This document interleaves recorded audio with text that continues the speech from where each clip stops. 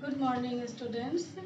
Standard 4 में पिछले video में आप लोगों ने संज्ञा के बारे में पढ़ा था। संज्ञा किसे कहते हैं, संज्ञा के कितने भेद होते हैं, भेदों के परिभाषा पढ़े थे और भाववाचक संज्ञा कैसे अलग है अन्य संज्ञा से वो पढ़े थे। और आज आप लोगों को बुक में कुछ प्रश्नोत्तर, कुछ फिल इन द ब्लैंक्स है, अलग अलग प्रकार के क्वेश्चन दिए हुए हैं।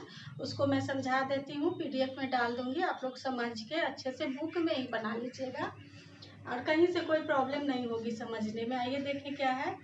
ये तो आप लोग का हो गया है प्रश्नोत्तर, पिछले वीडियो में हो गया है प्रश्नोत्तर। अब आइए ख है। ख में है, बुक में कुछ शब्द दिए हैं, ठीक है। संज्ञा शब्दों को अलग अलग करके लिखना है, मतलब कि जो शब्द है उसमें से कौन सा शब्द व्यक्तिवाचक संज्ञा है, कौन सा शब्द जातिवाचक संज्ञा है और कौन सा शब्द भाववाचक संज्ञा है। इसकी परिभाषा तो आप लोग समझ गए होंगे, जब तक नहीं समझेंगे नहीं बन पाएगा। इसलिए रिक्वेस्ट है कि अच्छे से पिछले वीडियो को देख के समझ जाइएगा। बहुत मुश्किल नहीं है समझना, पढ़ लीजिएगा, बहुत आसानी से समझ में आ जाएगा। चलिए अब बता दूं कुछ, कौन सा व्यक्तिवाचक, जातिवाचक और भाववाचक संज्ञा। एक बार और रिवीजन कर बता देती हूँ। व्यक्तिवाचक संज्ञा में जिस व्यक्ति का पर्सनल नाम होता है, चाहे व्यक्ति का नाम हो, स्थान हो या वस्तु हो, उसका अपना पर्सनल चीज से, नाम से हम लोग जानते हैं, वो इसमें आएगा। जातिवाचक संज्ञा में मतलब पूरे उसके जाति का बोध होता है। बताई थी एग्जाम्पल में, कबूतर, बिल्ली, गाय, बकरी, कुछ भी हो सकता है। और भाववाचक संज्ञा में जो हम लोग महसूस करते हैं वो शब्द भाववाचक संज्ञा में आएंगे, ठीक है। अब आइए बता दूं क्या है, कौन कौन सा शब्द है, ध्यान से सुनिएगा। घर है तो घर कौन सा शब्द है, जातिवाचक संज्ञा में आएगा।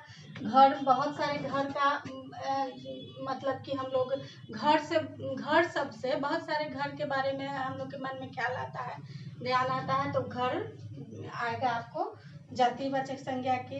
दुख, वीरता, ये दोनों भाववाचक संज्ञा में आएगा।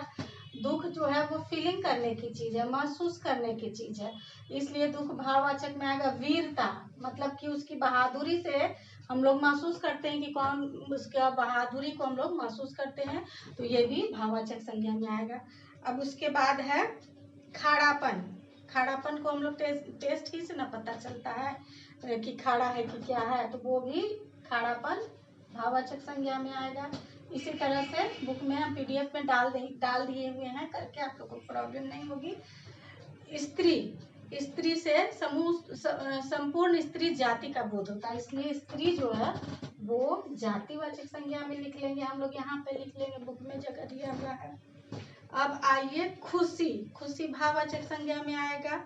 पुस्तक, पुस्तक जातिवाचक संज्ञा में आएगा। एक पुस्तक हम लोग बोलते हैं तो सारे पुस्तक के बारे में बोध होता है, पुस्तक का पर्सनल नाम तो नहीं है, जैसे गीता, रामायण ये सब रहता है तो वो व्यक्तिवाचक में आता है, लेकिन जब पुस्तक, सिर्फ पुस्तक हम लोग बोल रहे हैं तो वो जातिवाचक संज्ञा में आएगा, ठीक है। अब आइए दिल्ली, दिल्ली व्यक्तिवाचक में आएगा, पर्सनल नाम है इसका, शहर का नाम पर्सनल है, तो ये दिल्ली जो है ये व्यक्तिवाचक संज्ञा की श्रेणी में आ जाएगा। बुक में ऐसे ही भरा हुआ है, कहीं से कोई प्रॉब्लम नहीं होगी। गीता, गीता भी पर्सनल नाम है तो वो व्यक्तिवाचक संज्ञा में आ जाएगा।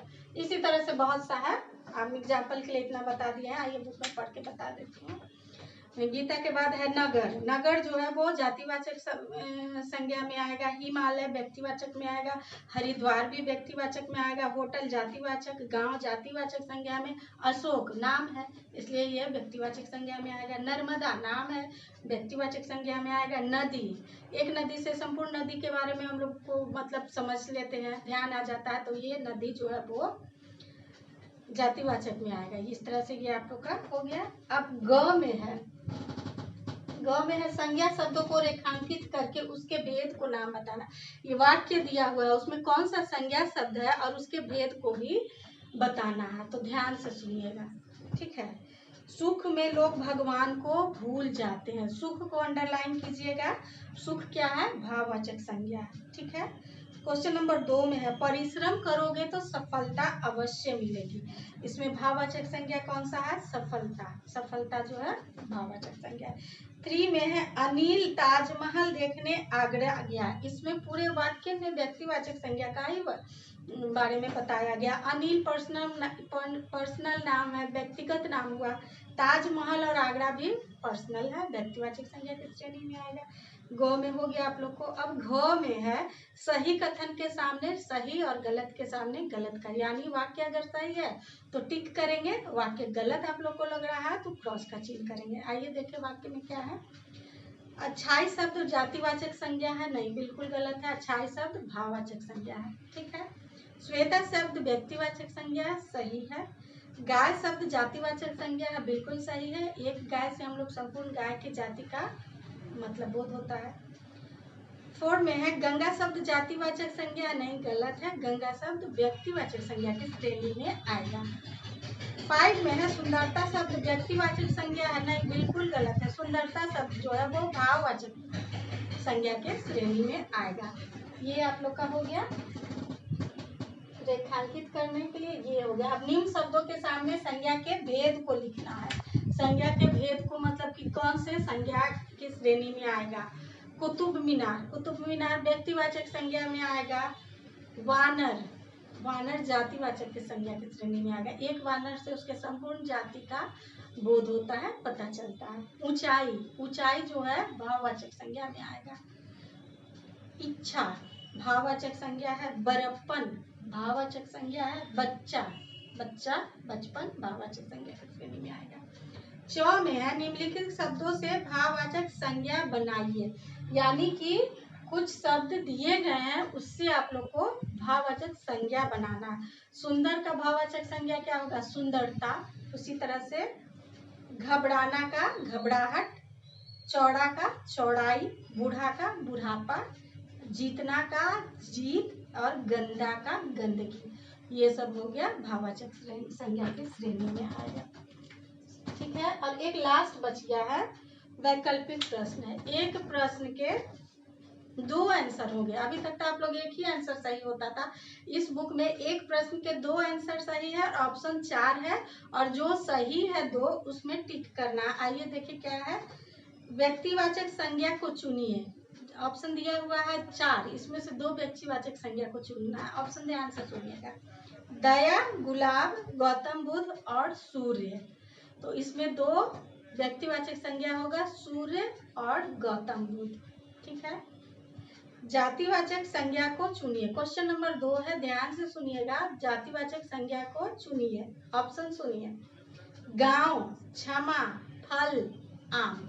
तो इसमें जातिवाचक संज्ञा 2 है। कौन कौन से है, गांव और फल।